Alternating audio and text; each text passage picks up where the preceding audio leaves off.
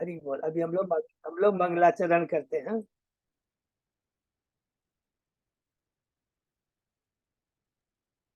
हरे कृष्ण, दंडवत प्रणाम। हरे कृष्णा माता जी, दंडवत प्रणाम।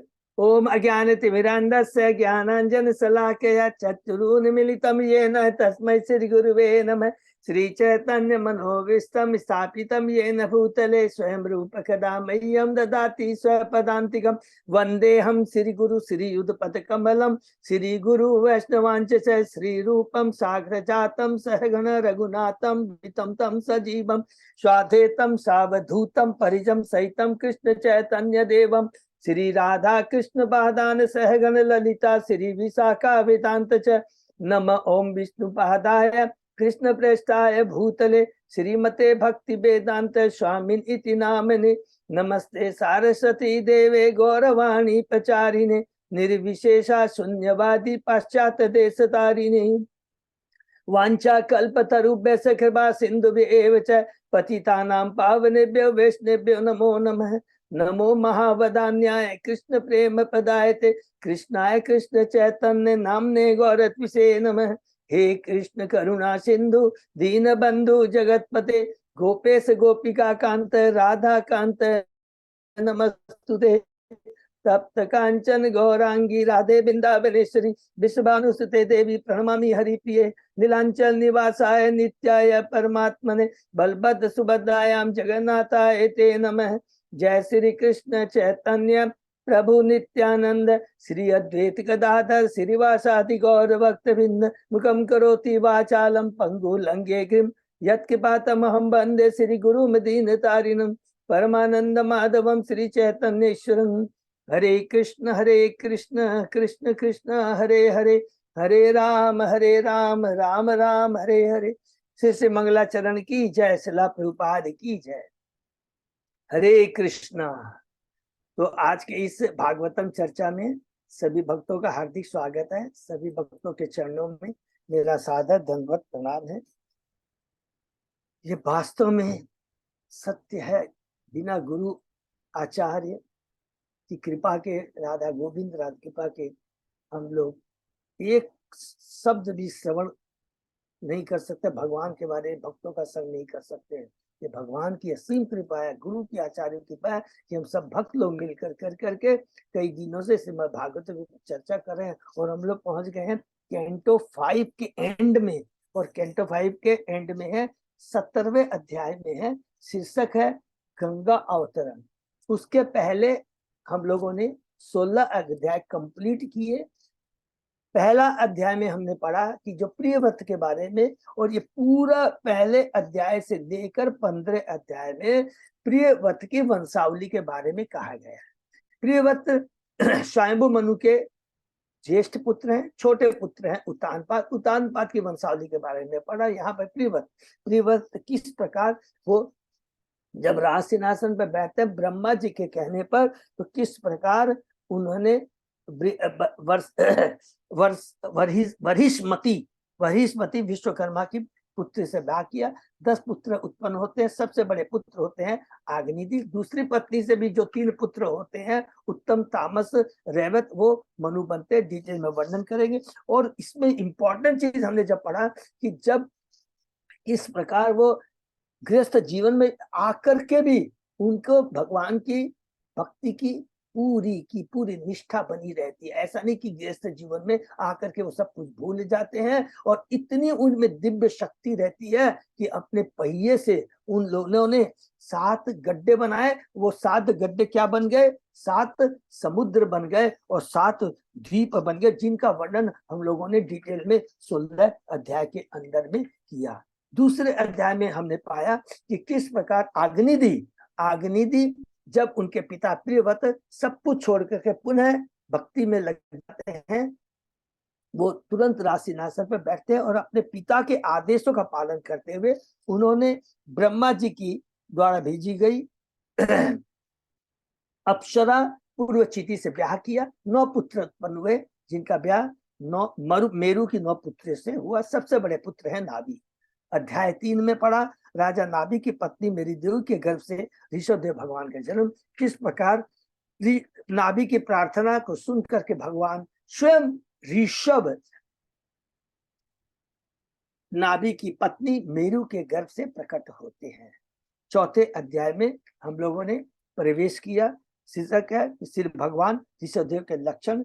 सुखदेव गोस्वामी कहते हैं कि ऋषभ तो स्वयं भगवान है, उत्तम गुणों के कारण नाभि उन्हें राज सिंहासन पर बैठाते हैं और स्वयं अपनी पत्नी मेरु को लेकर के बद्रिकाश्रम चले जाते हैं।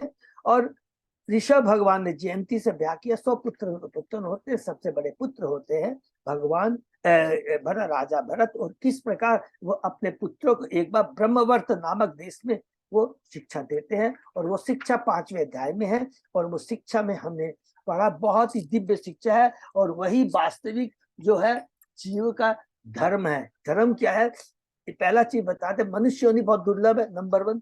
दूसरा कहते हैं जीवन का परम लक्ष्य है भगवान से खोया हुआ अपना संबंध को स्थापित करना, और वो किसके माध्यम से हो सकता है, भक्ति के माध्यम से हो सकता है। और भक्ति एक गुरु के आश्रम में हो सकती है, और गुरु वो है, वास्तव में माता पिता भी गुरु हैं। और जितने भी हैं, यदि जो उसे बता दे कि तुम्हारे जीवन का लक्ष्य क्या है और इस भव सागर से कैसे मुक्त हुआ जा सकता है, वही वास्तव में गुरु है, वही है माता पिता, वही है आराध्य देव। और लास्ट में इसमें एक बहुत बड़ी शिक्षा देते हैं, क्या कि भक्ति कभी भी विनष्ट नहीं होती है। हम कभी ये सोच ले कि मैं तो भक्ति में बहुत आगे बढ़ चुका हूं, मुझे सारा ज्ञान हो गया है, सब कुछ प्राप्त हो गया, नहीं। भक्ति सदैव चलती रहती, अहेतु की, अप्रहिता, बिना कोई कारण के और बिना किसी रुकावट के होनी चाहिए। और उसके बाद में सब कुछ छोड़ करके राजा भरत को राज सिंहासन पर बैठाते हैं और अपने अवधूत का जीवन यापन करने लगते हैं। 6वें अध्याय में प्रवेश करते हैं, जिसके हमने पढ़ा भगवान ऋषभदेव का चरित्र है। इसके अंदर बार बार एक ही रिपीट करते, बहुत इंपॉर्टेंट चीज है। क्या कहते हैं, ज्ञान योग, कर्म योग, ध्यान योग। ध्यान लगाकर हम बड़ी योग सिद्धि भी प्राप्त कर लेते हैं, तो लेकिन जब तक भक्ति नहीं जुड़ी रहेगी हमारा धोखा। इसलिए कहते हैं कि हम ध्यान के द्वारा अपने मन पर विजय प्राप्त करना चाहते हैं, लेकिन नहीं, मन पर विजय तभी प्राप्त होगी जब वह भगवान की भक्ति में लगेगा। बहेलिया का बहुत सुंदर एग्जाम्पल है। इसलिए इसमें 6वां अध्याय में मेनली 2 चीज है कि कहते हैं योग सिद्धिया कि उन्होंने अवहेलना क्यों की। प्रश्न पूछते हैं परीक्षित महाराज, अरे बोले योग सिद्धिया कुछ नहीं है, जब तक मन को भगवान की सेवा में नहीं लगाते तो यम नियम आसन प्राणायाम प्रत्याहार धारणा ध्यान समाधि सब बेकार है। और अंत में इस जगह एक इम्पोर्टेंट क्या है कि यहाँ शिक्षा मिलती है कि यहाँ पर हमें मालूम पड़ता है, शिक्षा क्या, शिक्षा नहीं मालूम पड़ता है कि ये जो जैन धर्म का जो उत्पत्ति की थी ऋषभ भगवान ने नहीं की थी। एक तो अरहत राजा था दक्षिण देश का, उसने उनके जो उनका अवधूत का जो आचरण था उसका गलत फायदा उठा कर जो उन्होंने जैन धर्म की स्थापना की थी। तपस्या करनी चाहिए, नंगे रहना चाहिए, वो करना चाहिए, वो करना, ये सब बहुत इंपॉर्टेंट चीज है ये जानना। और किस प्रकार अब ऋषभ भगवान दक्षिण दिशा में अप्रकट हुए, हमने पढ़ा। 7वें अध्याय से शुरू होता है राजा भरत के बारे में। प्रथम है राजा भरत। 7वां अध्याय किसके बारे में, राजा भरत हैं, जो कि ऋषभ भगवान के सबसे बड़े पुत्र हैं। उन्होंने विश्वरूप की कन्या पंचजनी से ब्याह किया, 5 पुत्र उत्पन्न, सबसे बड़े उसमें सुमति है, जिसका वर्णन 15 अध्याय में आएगा। 1 करोड़ वर्षों तक पृथ्वी पर उन्होंने शासन किया, और उसके बाद सब कुछ छोड़ करके कुलाश्रम चले जाते हैं। और कौन सी लेवल पे पहुंचते हैं भक्ति के, भाव के लेवल पे। भाव के बाद महाभाव। सोचिए, इसको सुनने में तो बहुत सिंपल लगता है, भाव का मतलब क्या हो गया है? हम लोगों ने पढ़ा है ना, एक एक कर करके श्रद्धा साधु संग भजन के लिए अनर्थ वृत्ति निष्ठा रुचि आसक्ति भाव, भाव में भी महाभाव, और उसके बाद प्रेम है। तो भाव के लेवल पे पहुंच गए थे भरत महाराज। और उसके बाद में हमने पढ़ा 8वें अध्याय में प्रवेश करते हैं। देखिए इसलिए कि 8वें अध्याय में एक बहुत बड़ी शिक्षा है कि इस लेवल पर पहुंचने के बाद में भी एक बार वो अचानक मृग के प्रति आसक्ति उत्पन्न हो जाती है। और सबसे बड़ी देखिए आसक्ति उत्पन्न तो क्या सोचते हैं, मैं की भावना आ जाती है कि मेरे ऊपर ये मृग आश्रित है, मैं ही इसका पालन पोषण कर सकता हूँ। सब कुछ भूल जाते हैं, भगवान भगवान में सब कुछ। तो क्या होता है, माया इतनी प्रबल क्यों, कारण क्या हमने पढ़ा, क्योंकि उन्हें भक्तों का संग नहीं था वहां। और उन्होंने शरीर छोड़ते समय मृग का शरीर धारण किया। यम यम वापी स्मरण भाव, जो श्लोक जो गीता में है। और किंतु भगवान की भक्ति कभी विनष्ट नहीं होती है। मृग के शरीर में भी रहते हुए उनकी चेतना कृष्णमय थी। ये बहुत इंपॉर्टेंट है कि भगवान की भक्ति कभी विनष्ट नहीं होती है। अपनी गलती का एहसास किया और कभी भी उन्होंने भक्तों का संग किया नहीं किया, और अंत में वे तीर्थस्थल में स्नान करते हुए उन्होंने शरीर त्याग कर दिया। यहाँ पर मृग भरत, राजा मृग भरत की जो कार्यकलाप है, उनकी लीला खत्म होती है। 9वें अध्याय में हम पढ़ते हैं। अब तीसरा भरत है जड़ भरत। तीसरा जड़ भरत है कि किस प्रकार उन्होंने भक्ति के कारण और अपने पश्चाताप करने का, भक्ति को बनाए रखने के बाद एक दिव्य उच्च कोटि के ब्राह्मण के घर में जन्म लिया, लेकिन हमेशा अपने को अवधूत की बाती, जड़ भरत की तरह, पागल की तरह उन्होंने आचरण किया, और ये सोचकर कि कभी पुनः हमें भक्तों का संग नहीं मिल जाए। उनके कजन ब्रदर रहते हैं, उनके चचेरे भाइयों ने उन्हें पागल समझा और किस प्रकार उनको खेत की रखवाली में देते हैं। और अंत में हमने देखा कि किस भद्रकाली के द्वारा वो बचाए जाते हैं। किसके हाथों से? डाकुओं के हाथों से, जो उन्हें नरबली के रूप में उन्हें चढ़ाना चाहते थे। 10वें अध्याय में प्रवेश करते हैं। जड़ भरत तथा राजा रघुगण की वार्ता यहाँ से शुरू होती है। जड़ भरत की कहानी, लीला, उनकी दिव्य शिक्षा 10वें अध्याय से, कि जब वो भद्रकाली के द्वारा बचा दिए जाते हैं, जंगल में अवधूत की तरह घूम रहे हैं, और किस प्रकार उनकी मुलाकात होती है रघुगण से। उनकी पालकी ढोने के लिए उन्हें नियुक्त किया जाता है, पालकी ठीक से नहीं ढो पाते हैं। कारण ये यहाँ पर एक एक शिक्षा है, क्योंकि वो क्या है, भक्ति के तीसरे प्रथम लेवल में है, जिसमें केवल जीव हर जगह भगवान को देखता है, हर वस्तु में भगवान को देखता है, और उसके अंदर में केवल आत्मा को देखता है, शरीर को नहीं देखता है। तो देखा चींटी में भी आत्मा है, चींटी उनके पांव के नीचे नहीं आ जाए, इसी चलते पालकी ढोलने में असुविधा होती है। रघुगण अपशब्द यूज करता है, और रघुगण को फिर वो शिक्षा देना शुरू करते हैं। कहते हैं कि तुम जितने भी बातें कर रहे हो हे राजा रघुगण, शरीर से संबंधित है। ये बहुत इंपॉर्टेंट चीज है। शरीर में ही परिवर्तन होता है, आत्मा में परिवर्तन नहीं होता है। और आज के कल युग में हम लोग सारा समय मेहनती शरीर के लिए ही करते हैं। सारे आविष्कार जो होते हैं शरीर के लिए होते हैं, लेकिन वो शरीर कुछ समय के बाद हमें धोखा दे देगा। हम उसे छोड़ देंगे, नहीं तो काल उसे छीन कर लेके चला जाएगा। तुरंत रघुगण समझ जाते हैं, पालकी से उतरते हैं, और कितनी दिव्य बात कहते हैं। वो भी भगवान के भक्त है। माया के द्वारा इतनी प्रतिष्ठा, राजा, धन दौलत होने के कारण उनकी चेतना कलुषित हो जाती है, लेकिन जैसे ही भक्त का उन्हें संग मिलता है, राजा भरत, जड़ भरत जैसा, तुरंत चेतना उनकी कुलसित चेतना विकसित हो जाती है, कलुषित चेतना शुद्ध हो जाती है। कहती है, बहुत सुंदर बात कहते हैं, हर बार रिपीट करेंगे इसको, कि मैं इंद्र के तीर से नहीं डरता, मैं शिव के त्रिशूल से नहीं डरता, यमराज के दंड से नहीं डरता, लेकिन वैष्णव के चरणों के पास से मैं डरता हूँ। पहला तो ये। फिर दूसरा, हमने 11वें अध्याय में प्रवेश किया, उसके अंदर में पुनः जड़ भरत हमारा शिक्षा देते हैं। वो क्या शिक्षा देते हैं? वो कहते हैं कि तुम जो राजा हो, वो सोचते मेरे पास ऐश्वर्य है तो मेरे पास ज्ञान है, ऐश्वर्य सब कुछ समझ में आ गया। नहीं, ये जो ऐश्वर्य, उच्च शिक्षा है, धन है, ये प्रारब्ध के अनुसार मिलते हैं, नष्ट हो जाते हैं, और जब इनका फल नष्ट हो जाता है, क्षीण पुण्य भक्त लोग पुनः इस धड़ाम से इस भौतिक जगत में गिरते हैं। फिर उसके बाद में कहते हैं, यहाँ पर भी मन के बारे में कहते हैं कि बुद्धिमान आदमी वो है जिसो अपने मन को गुरु के चरणारविंद में तथा श्री भगवान की सेवा रूपी अस्त्र से जीतने का प्रयत्न करे। तो मन को इसमें एक गुरु के आश्रय में लेना चाहिए, और भगवान की सेवा में अगर लगाएंगे तो भगवान की सेवा रूपी अस्त्र और गुरु के चरणों की कृपा से हम इस भौतिक जगत की आसक्ति, भौतिक जगत के प्रति आसक्ति को काट सकते हैं। ये बहुत इंपॉर्टेंट। फिर 12वें अध्याय में और आगे शिक्षा देते हैं, जब रघुगण कहता है कि मेरा शरीर मल से पूर्ण और मेरी दृष्टि सर्व रूपी सर्प द्वारा डस दी गई है, मेरी बुद्धि डस दी गई है। ये भौतिक जगत रूपी सर्प के द्वारा तब उसके बाद में यहाँ पर ज्ञान देते, दिव्य ज्ञान देते, क्या कि यह संपूर्ण जगत में जो कुछ भी कृष्ण का है। अगर अगर हम ये समझ लेंगे कि कृष्ण के बिना कोई चीज का अस्तित्व नहीं है, तो यही ज्ञान है। और इस ज्ञान, इससे इंपॉर्टेंट बात कहते हैं, अगर ये जब ज्ञान प्राप्त हो जाता है, इसके अलावा उनको जानने की इच्छा, आवश्यकता नहीं, सॉरी आवश्यकता नहीं।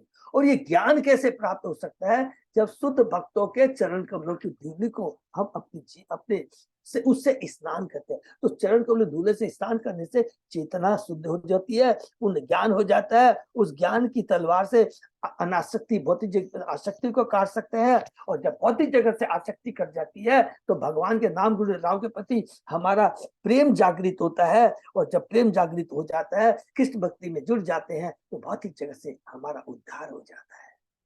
ये शिक्षा देने के बाद, ज्ञान देने के बाद में 13वें 14 अध्याय में हम लोगों ने एलिगोरिकल रूपक कथा सुनी है। पहले 13 अध्याय में जड़ भरत कहते हैं रघुगण को, और 14 अध्याय में परीक्षित महाराज को सुखदेव गोस्वामी कहते हैं। कब कहते हैं? कि जब जड़ भरत सुनाते रघुगण को एलिगोरिकल स्टेज, वो कहते हैं मुझे समझ में नहीं आया, तब जाकर के सेम चीज को रिपीट करते हैं 14 अध्याय में सुखदेव गोस्वामी जी परीक्षित महाराज को। क्या कहते हैं? संक्षेप में हम लोग पढ़ लेते हैं। कहते हैं कि ये भौतिक जगत एक वन के समान है, हम व्यापारी के रूप में इस वन में घुसते हैं, और उसके बाद में जैसे ही भौतिक जगत घूमते हैं, 6 इंद्रियां लुटेरे के रूप में, सियार भेड़िया तथा पत्नी संतान मित्र के रूप में, मच्छर है ईर्ष्यालु पुत्र के रूप में, बवंडर की धूल स्त्री के प्रति आसक्ति, और अदृश्य झिंगूर जो पीछे से चक्कर मारने वाले होते हैं, इसी के चक्कर में हम लोग पड़ जाते हैं, पूरा में कहते हैं। और अंत में यही बात कहते हैं कि अगर वास्तव में हम जीवन में अपना कल्याण चाहते हैं, तो हमें क्या करना है? भक्तों का संग करना चाहिए। अतः भक्ति मार्ग को स्वीकार किए बिना भौतिक जगत के चंगुल से कोई निकल नहीं सकता। भौतिक जीवन में कोई भी प्रसन्न नहीं है, उसे कृष्ण भावनामृत के आश्रय अवश्य ग्रहण करना चाहिए, जिससे उसका जीवन का उद्धार हो सके। इसमें एक इंपॉर्टेंट याद आया, तो याद ये कर लेंगे कि इस भौतिक जगत में कहते हैं कि सुख और दुख का एक बहुत धोखा है। उदाहरण याद रखेंगे क्या? जब किसी राजा किसी अपराधी को दंड देता है, तो नदी में उसको डुबाता है। जब अंदर में डुबाता है तो सांस नहीं ले पाता है, और कहता है मुझे निकालो निकालो।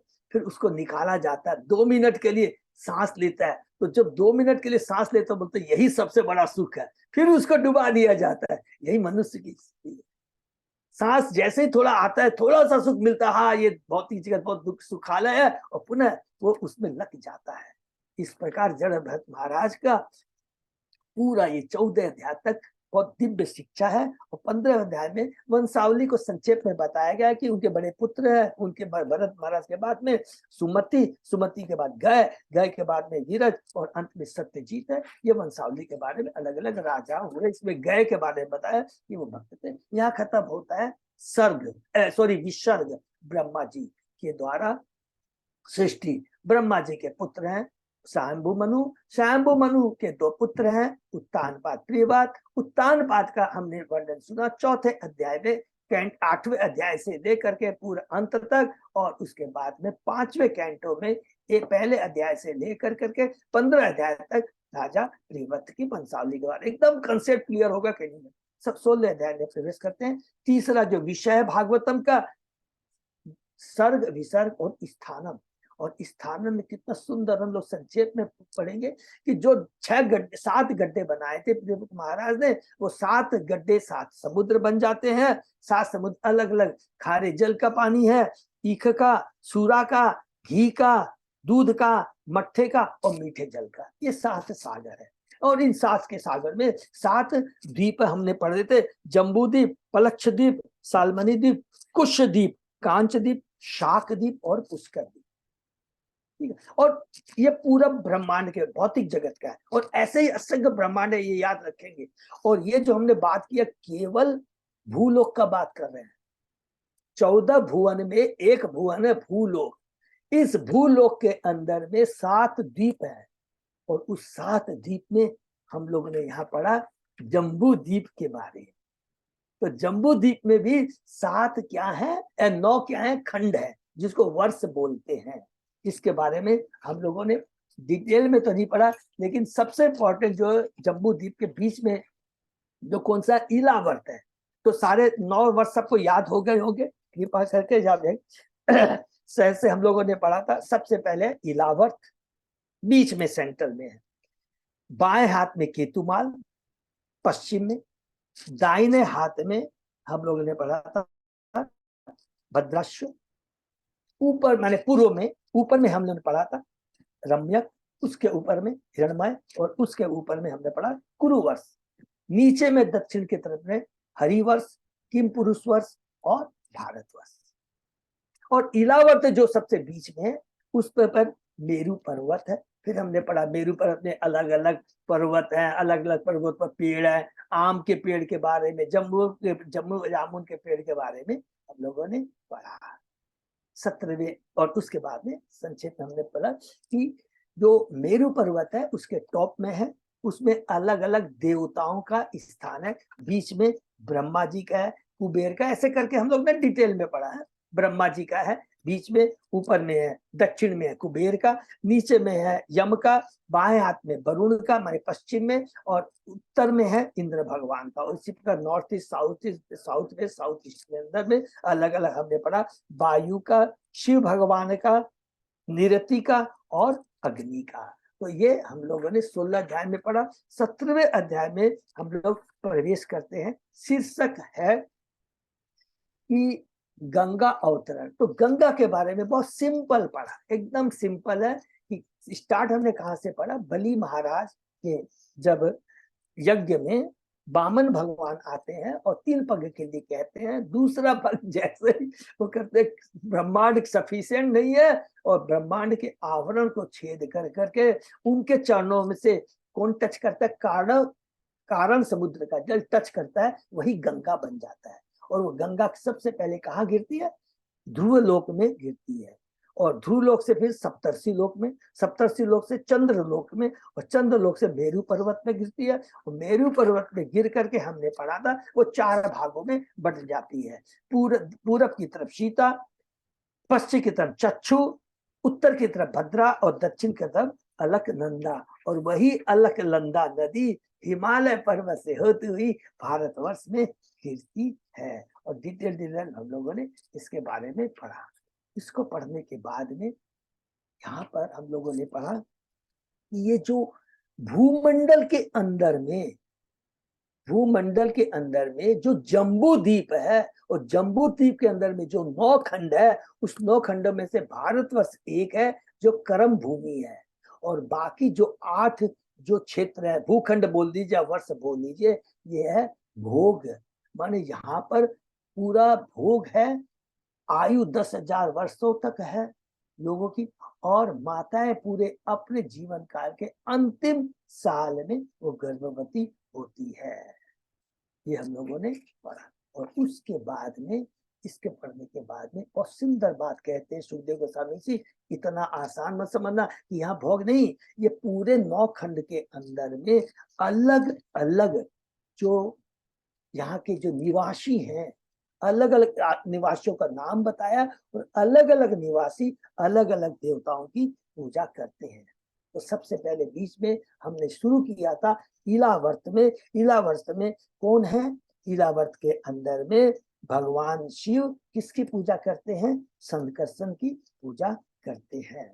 उसके बाद में पूरा डिटेल पढ़े, अच्छा सबरी में भी बता दे, पहला इलावर्त, उसके अंदर में भगवान संकर्षण की पूजा करते हैं शिव। दूसरा है भद्राश्व वर्ष, जिसके अंदर में हरिगिरु की पूजा करते हैं भद्रश्रवा, वहां के निवासी कौन है, भद्रश्रवा, और भगवान कौन है, हयग्रीव की पूजा करते हैं। सॉरी पूजा नहीं, प्रार्थना, गलत, प्रार्थना करते हैं। और देखिए भागवतम में पूरा प्रार्थना ही प्रार्थना है। आप कैंटो 1 से लेके चले जाइए, व्यासदेव जी की पूजा, हस्तिनापुर के वासियों स्त्रियों की पूजा, कुंती महारानी की पूजा, तीसरे अध्याय में ध्रुव महाराज के बारे में, पृथु महाराज के बारे में, तीसरे कंठ में आइए, तीसरे कंठ में माता देहूति के बारे में पूरा आप चले जाइए। 5वें कंठ में हम लोग देखेंगे कि अलग अलग बहुत डिटेल में पूरी सबकी खाली प्रार्थना ही प्रार्थना है। ये पाठ ये जो हम लोग अभी पढ़ रहे हैं, सबसे ज्यादा तो प्रार्थना देखेंगे कैंटो 5 के अंदर ही है। और हम लोग सोचते हैं स्थानम के बारे में डिस्कस करें, लेकिन अभी देखे 17वें अध्याय के अंत से लेकर पूरा 18वां अध्याय, 19 अध्याय का आधा या समझ लीजिए पूरा, सब में प्रार्थना ही प्रार्थना है। ध्रुव महाराज की प्रार्थना है, पृथ्वीराज महाराज की है, गजेंद्र मोक्ष है, ब्रह्मा जी की प्रार्थना है, भित्तासुर की प्रार्थना है, चित्रकूट की प्रार्थना है, प्रार्थना ही प्रार्थना है। तो हमने यहाँ पर प्रार्थना किसकी पिछली क्लास में पढ़ी? पहली भगवान शिव शंकरसन की प्रार्थना करते हैं और वो क्या कहते हैं, बहुत सुंदर है। भगवान शिव कहते हैं, मैं शंकरसन रूप में आपको प्रणाम करता हूँ, आप समस्त दिव्य गुणों के आधार हैं। पहला, आप भक्तों के लिए सदैव अप्रकट रहते हैं, ना हम प्रकाश से सर्वस्व योग माया समावृता। भगवान भक्तों को कभी अपने को प्रकट नहीं करते हैं। आप ही समस्त ऐश्वर्यों की आधार श्री भगवान है। आपके चरण कमल भक्तों के एकमात्र आश्रय हैं। आप अपने भक्तों को भौतिक संसार के चंगुलों से छुड़ाने वाले हैं। आपकी इच्छा से अभक्त लोग इस भौतिक संसार में उलझे रहते हैं। कृपा मुझे आप अपने दास के रूप में स्वीकार कीजिए। ये हम लोगों ने यहाँ पर पढ़ा था। उसके आगे भगवान शिव क्या प्रार्थना करते हैं, तो इस 17 अध्याय में केवल ईलावर्त में भगवान शिव शंकर से प्रार्थना करना। पूरा 18वां अध्याय में फिर अलग अलग हम लोग बात करेंगे किस किस से प्रार्थना करते हैं। तो हम लोग शुरू करते हैं। ओम नमो भगवते वासुदेवाय, ओम नमो भगवते वासुदेवाय, ओम नमो भगवते वासुदेवाय। नारायण नमस्कृत्य नरं चैव नरोत्तमं देवी सरस्वती व्यासं ततो जयम् उदीरये। नष्टप्रायेषु अभद्रेषु नित्यं भागवत सेवया भगवती तम श्लोके भक्ति भवति नैष्ठिकी। कृष्णाय वासुदेवाय देवकी नंदनाय च नंद गोप कुमाराय गोविंदाय नमो नमः। आराधयो भगवान भजेश तनय ततनाम वृंदावन रमया काचित् उपासना ब्रजवधू वर्गेण्य कल्पिता। श्रीमद् भागवतम प्रमाणम अम्लम प्रेमा पुनर्तो महान। श्री चैतन्य महाप्रभो मतमिदं तत् आदरो न फल। हरे कृष्ण कृष्ण कृष्ण हरे हरे, हरे राम राम राम हरे हरे। कैंटो 5 चैप्टर 17 शीर्षक है गंगा अवतरण और श्लोक नंबर 19 प्रभु। हाँ प्रभु जी 19 से। ओके, तो 19 किसकी प्रार्थना है? भगवान शिव की। कौन से खंड के अंदर? इलावर्त के अंदर में। और किस भगवान की प्रार्थना करते हैं? शंकरसन भगवान की। तो 17-18 में हमने पढ़ा किस प्रकार से 19वें अध्याय में 19वें श्लोक से पढ़ते हैं। न यस्य माया गुणचित वित्रिभि निरीक्षितो ही अनु अपि दृष्टि अजयति। इषे यथा नो अजीत मन्यु रन्साम को तम न मन्येत जिगीषु आत्मन। हम अपने क्रोध की देख को रोक नहीं पाते, अतः जब हम भौतिक वस्तुओं को देखते हैं तो उनसे आकर्षित या विकर्षित होते बिना नहीं रह पाते, किंतु श्री भगवान इस पर कभी भी प्रभावित नहीं होते। यद्यपि आप इस भौतिक जगत की सृष्टि पालन संहार के हेतु इस पर दृष्टिपात करते हैं, किंतु इससे रंच मात्र भी प्रभावित नहीं होते। अतः वह जो भी अपनी इंद्रियों के वेग पर विजय कर प्राप्त करना चाहता है उसे भगवान के चरण का विश्राम लेना चाहिए, तभी वह विजयी होगा। हरि बोल। मन के वेग को, इंद्रियों में सबसे इंपॉर्टेंट अभी हमने पढ़ा था अध्याय 11 के अंदर में सेम बात कहते हैं। अध्याय 6 के अंदर में ऋषभ भगवान कहते हैं और 11वें अध्याय में और 12वें अध्याय में 3 अध्याय के अंदर में कहते हैं इंद्रियों मन पर अगर विजय प्राप्त करना है तो हमें भगवान के चरण कमलों की शरण ग्रहण करनी चाहिए। तात्पर्य, श्री भगवान सदा अचिंत्य शक्तियों से युक्त रहते हैं, यद्यपि उनके द्वारा भौतिक शक्ति माया पर दृष्टिपात करते ही दृष्टि हो जाती है, किंतु भौतिक प्रकृति के गुणों से वे अप्रभावित रहते हैं। जब श्री भगवान इस भौतिक जगत में प्रकट होते हैं तो उनकी दिव्य स्थिति के कारण भौतिक प्रकृति के गुण उनमें व्याप्त नहीं होते, इसलिए श्री भगवान दिव्य कहलाते हैं। फलतः जो भी भौतिक प्रकृति के गुणों के प्रभाव से बचना चाहता है उसे उनकी शरण ग्रहण करनी चाहिए। तो ये शिक्षा है। नेक्स्ट, असत दृशो यह प्रतिभा मायया चिबो मधु आशव ताम्र लोचन न नाग बद्वो अरणे ईश्वरे हिया यत पादयो स्पर्शन घर्षित इंद्रिया। कुत्सित दृष्टि वाले व्यक्तियों के लिए सिर्फ भगवान के दैत्य सूरा पीकर उन्मत्त पुरुष जैसे हरि बोल। ऐसे अविवेकी पुरुष भगवान पर रुष्ट होते हैं और अपने रोषवश उन्हें सिर्फ अत्यंत रुष्ट एवं भयावने लगते हैं, किंतु यह माया है। जब भगवान के चरण कमल के स्पर्श से नाग बधुए उत्तेजित हुई तो वे लज्जावश उनकी आराधना नहीं कर पाई, जबकि श्री भगवान उनके स्पर्श से उत्तेजित नहीं हुए, क्योंकि समस्त परिस्थितियों में वे धीर बने रहते हैं। ऐसा ऐसा कौन होगा जो श्री भगवान की आराधना करना नहीं चाहेगा। देखिए कितना बड़ा, भगवान कभी भी उत्तेजित नहीं होते हैं। वो हमेशा क्या रहते हैं, इस भौतिक जगत के प्रति एकदम अनासक्त रहते हैं। भौतिक जगत की वस्तुओं, भौतिक जगत के प्राणी सबके प्रति अनासक्त रहते हैं। केवल आसक्त किसके प्रति रहते हैं, अपने भक्तों के प्रति, और भक्त भी भगवान के प्रति आसक्त रहते हैं। उत्तेजना का कारण रहते हुए भी जो उत्तेजित नहीं होता वह धीर कहलाता है। श्री भगवान सदैव दिव्य स्थिति में रहने के कारण कभी भी किसी प्रकार उत्तेजित नहीं होते। इसमें एक लाइन और ऐड कर लेंगे, भगवान और भगवान के शुद्ध भक्त कभी उत्तेजित नहीं होते। शिव हरिदास ठाकुर का एग्जाम्पल हमने पढ़ा है कि वो कभी भी उत्तेजित, वैश्य आती है उनकी भक्ति को नष्ट करने के लिए, बिल्कुल भक्ति की वैश्या खुद भगवान की भक्त बन जाती है। वो ये होता है भगवान के भक्तों की भक्ति की शक्ति। अतः यदि कोई धीर बनना चाहता है तो श्री भगवान की शरण में जाना चाहिए। भगवद गीता में श्री कृष्ण का कथन है, धीरस्त्र न मुह्यति। ऐसा पुरुष जो सभी परिस्थितियों में धीर बना रहता है, कभी किन में मूल नहीं होता। प्रहलाद महाराज धीर के उज्जवल उदाहरण है। जब नरसिंह देव का हिरण्यकशिपु का वध करने के लिए अपने विकराल रूप में पकड़ते हुए प्रहलाद तनिक भी उत्तेजित नहीं हुए, वे शांत और स्थिर बने रहे, बल्कि अन्य सभी यहाँ तक कि ब्रह्मा जी भी भगवान के रूप से भयभीत थी। ये बहुत इंपॉर्टेंट चीज है, बहुत इंपॉर्टेंट पॉइंट है। भगवान के प्रति प्रहलाद महाराज की वो भक्ति, उस भक्ति के सामने हर क्षण, हर पल, हर चीज में वो भगवान को देखते थे। सब लोग घबरा गए, लेकिन प्रहलाद महाराज को मालूम है ये तो मेरे भगवान है।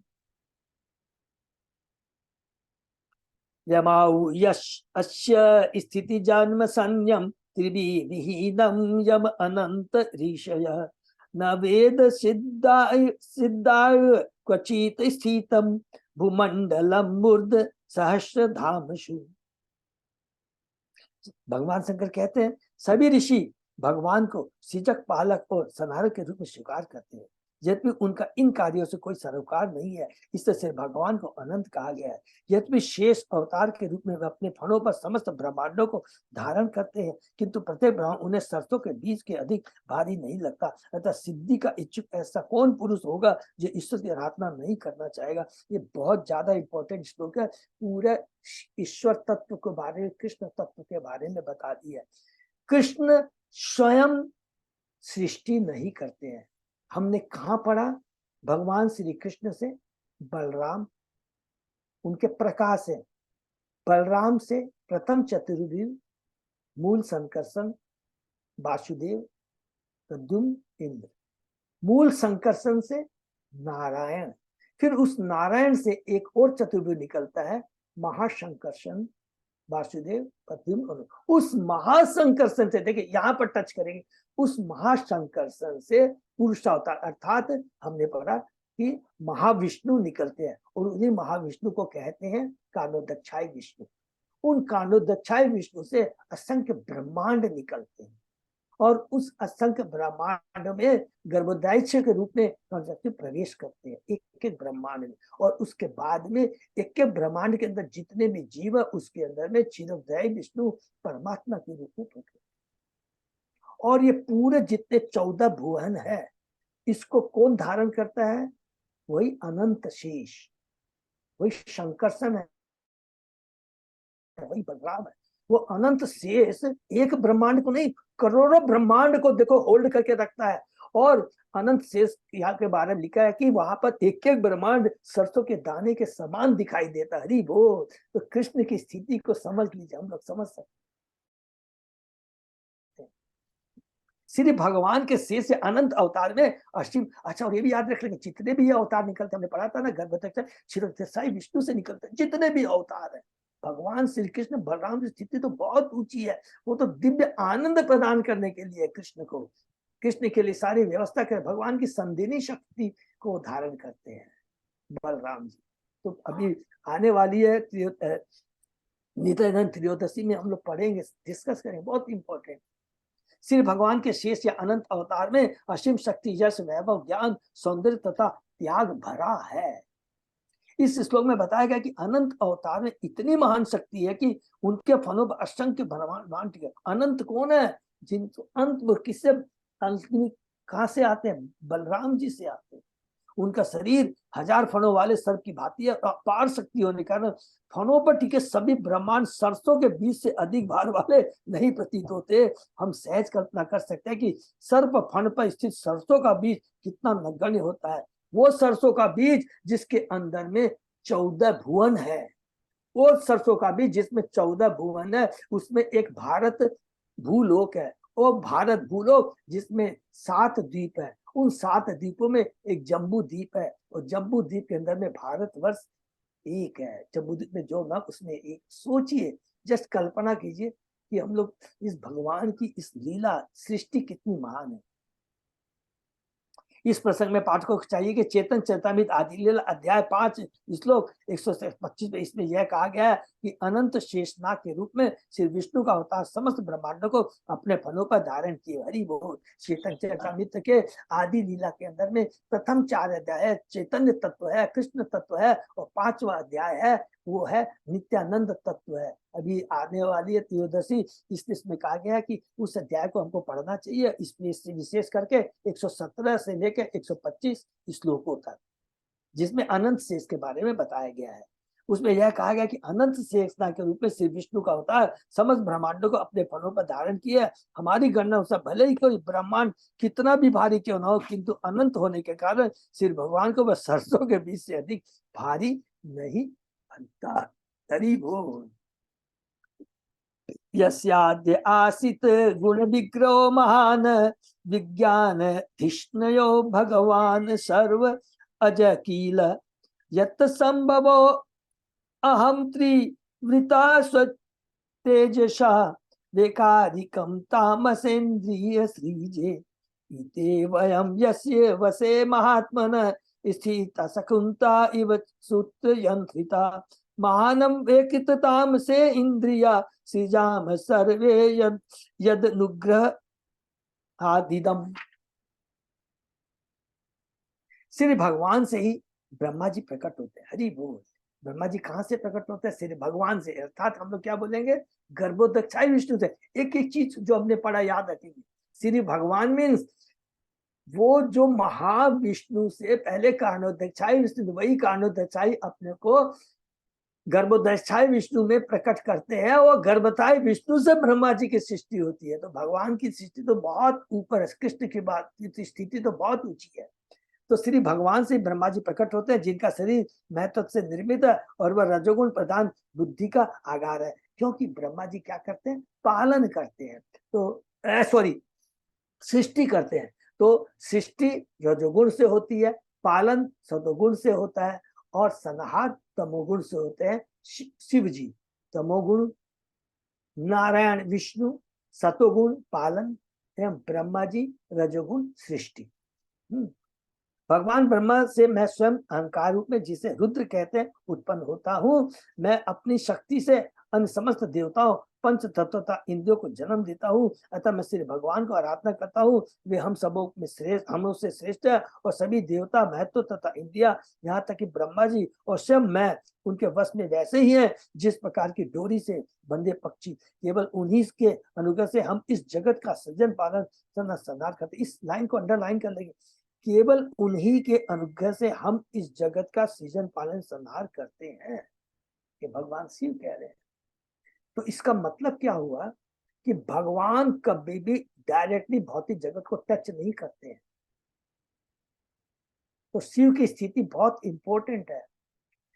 जब भगवान भौतिक जगत को टच करने जाते हैं तो उस समय क्या है? शिव के रूप में वो पूरा कार्य करते हैं। इसीलिए कहा गया है भगवान शिव न तो क्या बोलते हैं भौतिक जगत के ना आध्यात्मिक है, वो जीव तत्व नहीं है, वो बीच में है, चीज में है। क्योंकि भगवान जैसे सृष्टि करना चाहते हैं वो शिव के रूप में वो क्या करते हैं, संहार करते हैं। सृष्टि पालन संहार भगवान डायरेक्टली नहीं करते हैं, नहीं करते हैं, नहीं करते। अतः मैं परम ब्रह्मा को सादर प्रणाम करता हूं। हम ब्रह्म है, भगवान परम ब्रह्म है। इस श्लोक में सृष्टि का स्थान दिया गया संकर्षण से महाविष्णु और महाविष्णु से गर्भोदक्षा विष्णु का। महाविष्णु का मतलब है सबके समझ गए कि नहीं, कारणोदक्षा विष्णु, कारणोदक्ष विष्णु से। और यहाँ जो संकर्षण है इसमें लिख देंगे महाशंकर्षण। महाशंकर्षण जो सकन चतुर्भुज के महाशंकर्षण है से महाविष्णु माने कर्णोदक्षा विष्णु, और कर्णोदक्षा विष्णु से गर्भोदय विष्णु का विस्तार होता है। ब्रह्मा जी का जन्म इन्हीं विष्णु माने गर्भोदय विष्णु हुआ, और ब्रह्मा जी शिव जी का जन्म हुआ, जो कि हम लोगों ने कैंटो 2 में पढ़ा है। सबको याद है ना, कैंटो 3 में पढ़ा है, सॉरी कैंटो 3 में पढ़ा है। ब्रह्मा जी शिव जी तथा महाविष्णु भिन्न भिन्न गुणों से युक्त अवतार है। भगवान विष्णु समस्त भौतिक गुणों से परे हैं, किंतु वे सत्व गुण को वश में रखते हैं, जिससे ब्रह्मांड का पोषण होता है। ब्रह्मा जी की उत्पत्ति तत्व से हुई। ब्रह्मा जी संपूर्ण ब्रह्मांड के सृजन करने वाले हैं। विसर्ग है, सर्ग किया भगवान ने और विसर्ग का काम किया ब्रह्मा जी ने। संपूर्ण ब्रह्मांड में सृजन करते हैं। और जब हम लोग सीजन 1 बोलेंगे अर्थात भगवान ने जो सृष्टि की है, महाविष्णु ने सारे जीवों को उनके कर्म स्वभाव के साथ स्थापित किया है। उसके बाद में गर्भोदय विष्णु ब्रह्मा जी को जन्म देते हैं, और फिर ब्रह्मा जी सारे जीवों को उनके कर्म और स्वभाव अनुसार 14 भुवन में स्थापित कर देते हैं। वेरी साइंटिफिक, एकदम क्लियर है। श्री विष्णु इसका पालन करने वाले और शिव जी इसका संहार करने वाले। श्री भगवान समस्त प्रमुख देवताओं को, विशेषतः ब्रह्मा जी शिव जी को वैसे ही अपने वश में रखते हैं जिस प्रकार डोरी से बंधा कोई पक्षी। कभी कभी गीध भी इसी तरह वशीभूत किए जाते हैं। हरि बोल। मैंने यहाँ पर कौन से तत्व के बारे में बता रहा है, ईश्वर तत्व के बारे में भी हम लोग पूरा पढ़ रहे हैं, जो शिव जी बता रहे हैं। यत निर्मिताम करी अपि कर्म पर पर्वणीन मायाम जनोयम गुण सर्ग मोहित न वेद निस्तारण योगम अजंशा तस्मे नमते विलोदय आत्मनि। श्री भगवान की माया समस्त जीवात्मा को इस भौतिक जगत से बांधती है। हरि बोल। अतः उनकी कृपा के बिना हम जैसे तुच्छ प्राणी माया से छूटने की विधि नहीं समझ सकते। मैं उन श्री भगवान को नमस्कार करता हूँ जो इस जगत की उत्पत्ति और लय के कारण स्वरूप है। भगवत गीता में श्री कृष्ण कहते हैं, देवी हे सगुणमयी मम माया दुरत्य मामेव ये प्रपद्यन्ते माया मिथम तरन्ति ते। हरि बोल। तो यह भी भगवान की सृष्टि के बारे में हमने गीता के 7वें अध्याय के 14 श्लोक में भगवान कृष्ण अर्जुन को कहते हैं। मेरी देखिए एक चीज याद रखेंगे, बहुत इंपॉर्टेंट चीज है। हमने पढ़ा है कि ये भौतिक जगत दुखालय है, लेकिन ये बात कौन बोलता है इस पर ध्यान रखेंगे तो क्या होगा, हमारा विश्वास। ये भगवान कृष्ण स्वयं अर्जुन को बोलते हैं, मामू पेते पुनर्जन्म दुखालयम अशाश्वत। पहला तो ये और दूसरा क्या कृष्ण भगवान कहते हैं, देवी हे सा गुणमय मम माया दुरत्या। ये मेरी जो माया है बहुत ही दुर्लभ है, इसको आसान। ये कौन कहता है, स्वयं कृष्ण कह रहे हैं। ये बहुत बड़ी बात है।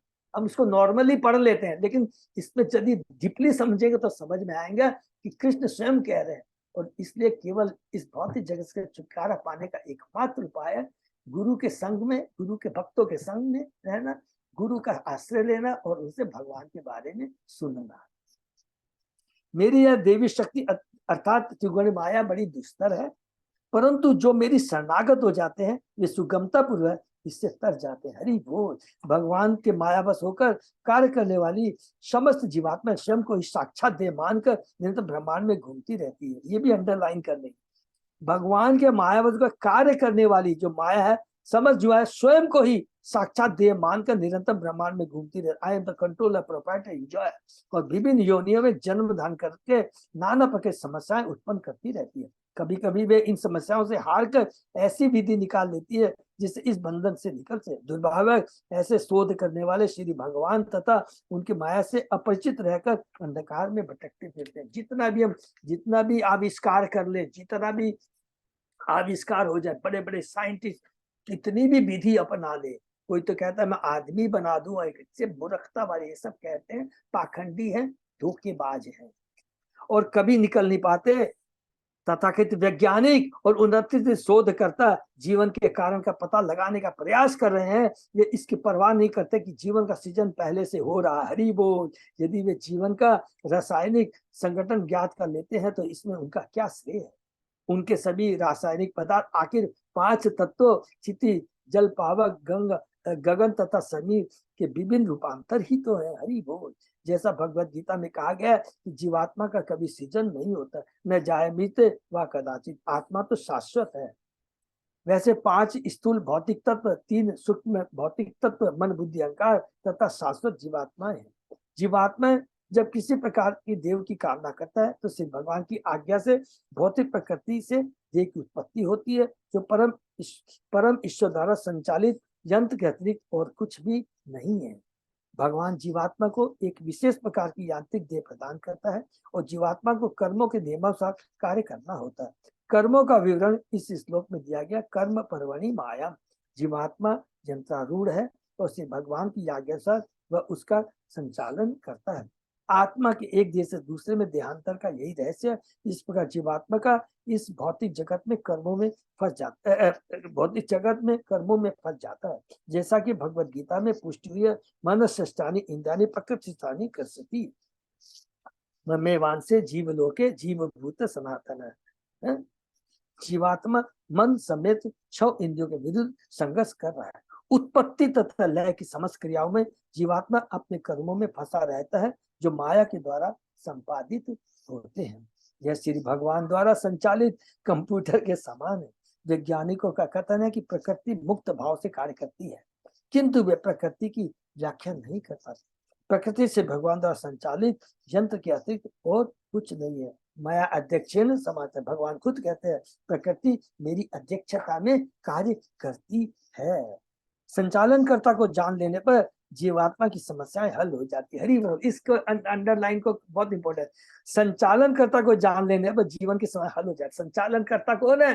भगवान श्री कृष्ण। इसको अगर हम जान लेंगे तो हमारा जीवन धन्य हो जाएगा। बहुनानाम जन्मानंते जन्मानम पद्यते वासुदेव सर्वमिति से महात्मा सुदुर्लभ। बहुत जन्मांतों के अंत में तत्व ज्ञान को प्राप्त पुरुष मुझे सब कारणों का परम कारण और सर्वव्यापक जानकर मेरी शरण में आता है। ये देखिए, ये बहुत इंपॉर्टेंट श्लोक है कि इसका अर्थ जब पढ़ेंगे तो एकदम समझ में आ जाएगा। क्या लिखते हैं? इस तत्व ज्ञान को, कौन है तत्व ज्ञान को प्राप्त पुरुष? गुरु, आचार्य, प्रतिनिधि। वो क्या कहते हैं? गुरु आचार्य क्या कहते हैं? ब्रह्मा जी क्या कहते हैं? ईश्वर परम कृष्ण सच्चिदानंद अनादि आदि गोविंद सर्व कारण कारण। ये चीज अगर हम समझ लेंगे, मुझे सब कारणों का परम कारण और सर्व जान के मेरे स्थल में आता है, ऐसा महात्मा बड़ा दुर्लभ है। इस पर श्रीमद् भागवत पंचम स्कंद के अंतर्गत गंगा अवतर शीर्षक 17 अध्याय का भक्ति वेदांत तात्पर्य पूर्णवा। और इसी के साथ में यहाँ पर भगवान शिव की प्रार्थना पूर्ण होती है। 9 खंडों के अंदर में, ईलावर्त के अंदर में भगवान शिव किसकी पूजा कर रहे हैं? शंकरसन भगवान की। और वो शंकर भगवान वो कि ईश्वर तत्व के बारे में पूरा हम लोगों ने पढ़ा। और यहाँ पर यही कहते हैं कि कितना ही ज्ञानी विज्ञानी कुछ भी हो, जब तक वास्तविक ज्ञान जिसको प्राप्त नहीं होता है, और ये वास्तविक ज्ञान किससे प्राप्त होगा? किसके? केवल गुरु से, भक्तों के संग से ये वास्तविक ज्ञान प्राप्त होगा। वास्तविक ज्ञान क्या है? कि कृष्ण ही सर्व कारण कारण है। अब बोलेंगे सर्व कारण कारण माने? यस, आज सर्ग कृष्ण करते हैं, विसर्ग किसके माध्यम से होता है? ब्रह्मा जी के माध्यम से होता है। और ब्रह्मा जी की उत्पत्ति किससे होती है? भगवान से। सिंपल है। शिव भगवान खुद ही कहते हैं मेरी उत्पत्ति आपसे।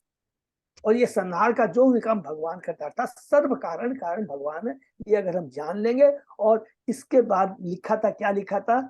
ऋषभ भगवान ने कहा था, अगर हम ये जान ले कि सब कुछ कृष्ण है, किसके बिना कोई चीज का अस्तित्व नहीं है, यही ज्ञान है, और इसको जाने और किसी चीज को जानने की आवश्यकता नहीं है। और अगर ये समझ जाएंगे तो हमारा जीवन धन्य हो जाएगा। हरे कृष्णा।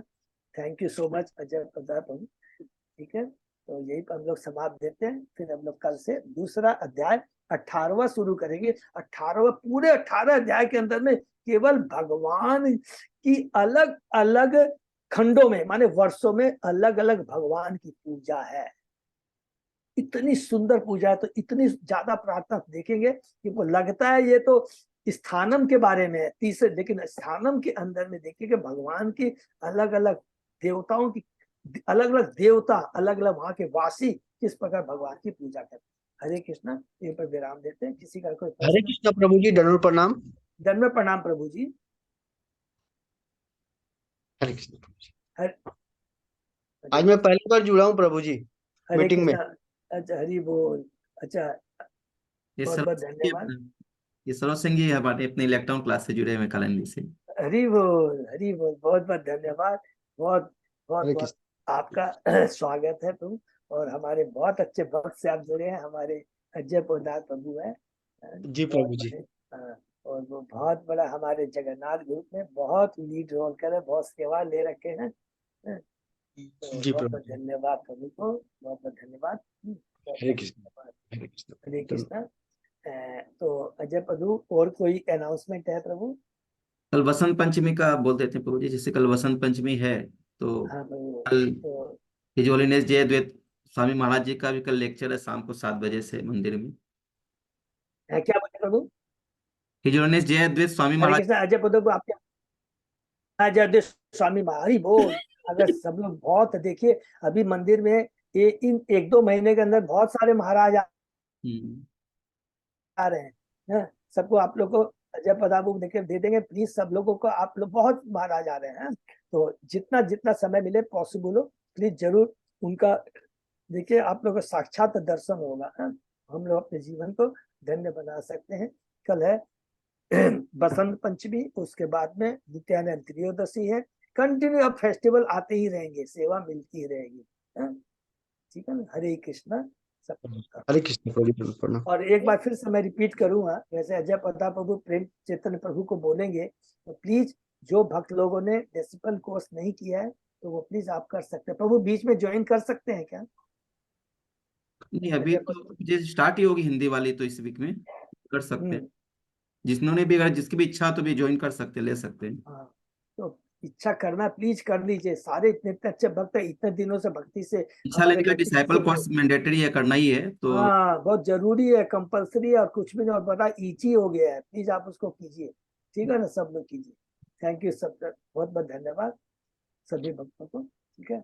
ओके। सर्वोच्च प्रभु सिंह। हरे कृष्ण। हरे कृष्णा प्रभु जी। हरे कृष्ण। सही भक्तों का बहुत बहुत धन्यवाद। आज का सेशन फिर यही विराम करते हैं, फिर कल सुबह 7 बजे मिलते हैं। प्रभु जी, दंडवत प्रणाम। दंडवत प्रणाम। दंडवत प्रणाम।